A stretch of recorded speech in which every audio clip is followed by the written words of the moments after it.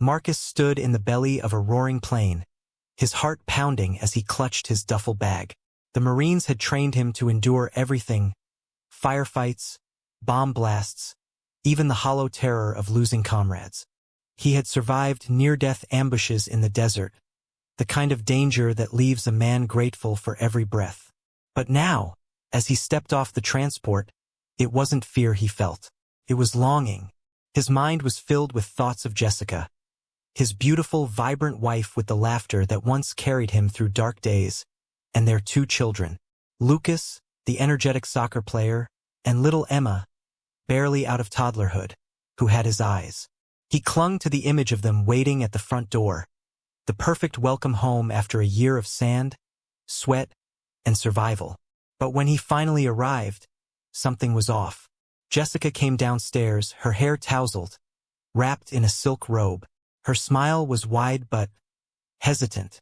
"Honey," she said, her voice soft, almost too soft. Marcus dropped his bag and moved to embrace her. She hugged him back, but there was a stiffness to it. He dismissed it. Maybe she was just startled by his unannounced return. "I wanted to surprise you," he said, brushing a hand through his disheveled hair. Her eyes darted to the stairs. You scared me for a second. I didn't hear the car." "That's because I parked down the street. I wanted to walk up quietly." He paused, scanning her face. "Did you hear anything earlier? Any noises?" Jessica tilted her head, her smile strained. "No, what kind of noises?" "A thumping. I thought I heard it when I came up the walkway." His voice was calm, but his eyes were sharp, as if they could pierce through her words. Jessica laughed lightly, a little too lightly. "You've been in the field too long, Marcus. You're hearing things." She turned and busied herself with the kitchen, but he noticed the way her hand trembled as she poured a glass of water. That night, Marcus lay awake in their bed, staring at the ceiling. Jessica's breathing was slow and steady beside him, but his thoughts raced. Was it just paranoia? The Marines had drilled vigilance into him. It was instinct now. But something about Jessica's demeanor felt wrong. Over the next few days, he couldn't shake the feeling. She was glued to her phone, tilting it away when he walked into the room. She started leaving the house more often, vague about where she was going. Marcus tried to focus on the kids. He took Lucas to soccer practice and played tea party with Emma. But his mind kept circling back to Jessica. He started noticing patterns. Her phone buzzed late at night, and she always claimed it was a work notification. She avoided his eyes when he asked simple questions. One evening, as she cooked dinner, Marcus leaned against the counter, watching her. "Who was texting you last night?" he asked casually. Jessica didn't look up from the pan. "Just Michelle." She was venting about her boyfriend again. Marcus nodded, but his gut churned. Her tone was too smooth, too rehearsed. He forced a smile and changed the subject, but the seed of doubt grew. The next day, while Jessica was out, he picked up her phone, but it was locked. She had never used a passcode before. He set it down quickly when he heard her car pull into the driveway. That night, he couldn't sleep again. The sound of her laughter with Lucas earlier had been genuine, almost enough to make him believe everything was fine. But when her phone buzzed at midnight, and she turned it off immediately, the doubt came roaring back. As the days passed, the tension between them grew. Marcus would catch her sneaking glances at him, as if gauging whether he knew something. She grew more affectionate in bursts, bringing him coffee, cuddling up to him on the couch, but it felt calculated. One afternoon, he took Emma and Lucas to the park, watching them play from a bench. A father next to him struck up a conversation about their kids, but Marcus barely heard him. His mind was on Jessica. He replayed every interaction, every half-smile, every vague excuse. The evidence was circumstantial, but his instincts told him he was missing something critical. That evening, he tried to confront her. "Jessica," he said after the kids had gone to bed, "I feel like you've been distant since I got back. Is something going on?" She frowned, looking genuinely hurt. "Distant? Marcus, you've been back for a week, and you're already doubting me?" "It's not that," he said, though his voice wavered. I I feel like there's something you're not telling me. Jessica reached out, placing a hand on his arm. I'm sorry if I've been off. It's just, having you home again, I'm adjusting too. I missed you so much. Her eyes glistened, and for a moment, Marcus felt like he was the one at fault. Later that night, Marcus sat alone in the living room. The glow of the TV flickered in the darkened room, but he wasn't watching. His mind was replaying every moment since he'd come home. Jessica's overly cheerful greetings, the way she always seemed to be holding her phone just out of sight, and that noise in their bedroom that night. He wanted to let it go, to believe in the life he thought he was returning to, but something felt off. Jessica appeared in the doorway, her hair damp from a shower. You coming to bed? She asked, her voice soft. Marcus nodded but didn't move. Yeah, in a bit. She lingered for a moment, her eyes scanning him like she could sense his unease. You okay? He forced a smile. Just thinking. Jessica hesitated before retreating to the bedroom. Marcus waited until he heard the click of the door before pulling out his phone. He scrolled through messages Jessica had sent him while he was overseas, trying to spot any inconsistencies, but there was nothing concrete. Marcus needed some air. He went into the backyard to stare at the stars. It was something he'd done often during his tours, looking up at the same constellations he'd seen back home, imagining Jessica and the kids looking at them too. He wanted to believe in the life he had fought so hard to return to, but doubts crept in like shadows, whispering to him, eroding the foundation of his trust. His mind wandered to the battlefield. He remembered a moment, crouched behind cover with bullets tearing through the air, when he thought it was the end. A mortar had exploded just feet away, throwing him into a haze of blood and sand. But he'd survived, crawling out of the chaos with the singular thought of coming home to his family. Now, the battlefield was different, quiet, deceptive, and he wasn't sure if his enemy was real or if his PTSD was playing tricks on him. Inside the house, Jessica sat at the edge of their bed, her phone in her hands. She stared at a series of messages from different people. Her stomach churned as she started typing. I can't do this anymore. Don't contact me again. My husband's home. The next day, Marcus woke up early and decided to take the kids out. He needed a break from the tension in the house, and time with Emma and Lucas always gave him clarity. They went to the park, Lucas kicking a soccer ball while Marcus pushed Emma on the swings. For a moment he felt a flicker of peace, but it didn't last. As they walked back to the car, Marcus noticed a man lingering near their house. The man glanced toward the front door, hesitated, and walked away quickly when he saw Marcus approaching. Marcus's pulse quickened. Back inside, he confronted Jessica. There was a guy outside. He looked like he was coming to see you, he said, his voice low. Jessica looked up from the kitchen counter, her face carefully neutral. What are you talking about? I saw him. Don't play dumb.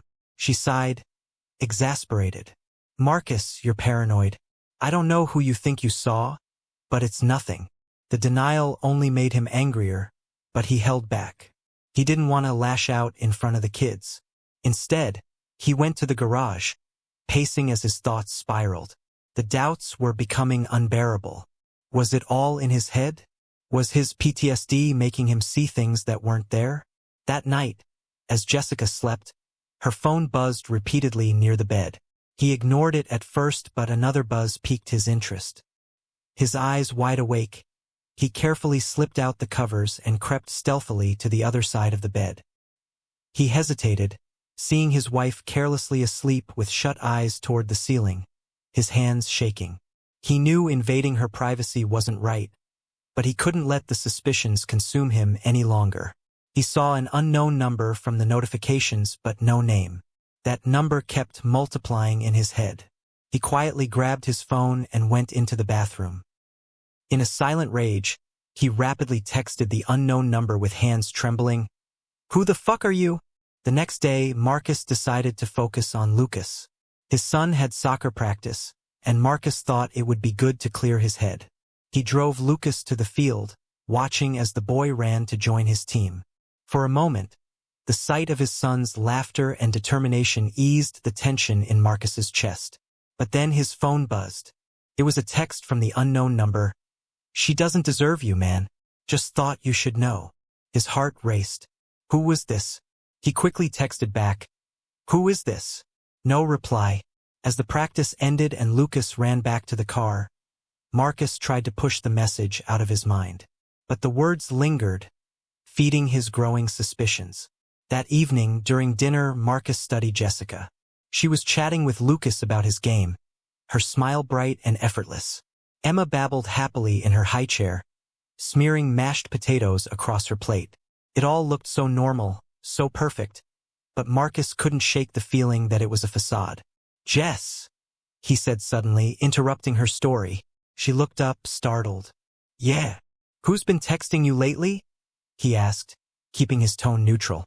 Her eyes flickered, just for a moment, but it was enough. "What do you mean?" she asked, her voice carefully controlled. "I mean, I've noticed you're on your phone a lot. Just wondering if there's something going on." Jessica laughed, though it sounded forced. "Marcus, you're imagining things. I've just been talking to friends. Same as always." But the next night, when she left the house without explanation, he decided to follow her. He kept his distance as her car wound through the streets. She parked outside a dimly lit cafe, where a man was waiting. Marcus stayed in his truck, his hands gripping the steering wheel. They didn't touch, but their body language was intimate, too familiar. Marcus's chest tightened. He wanted to burst in, confront her, but he held back. Instead, he waited for her to return home. When she walked through the door, he was sitting in the dark, his face unreadable. "Where were you?" he asked. Jessica froze. "I told you. I had to pick something up for Emma's school project." He stood slowly, his towering frame casting a shadow across the room. "Do you really expect me to believe that?" Her lip trembled, but she didn't answer. Marcus stared at her, his mind a storm of anger, hurt, and betrayal. The war had scarred him, but this was something else entirely.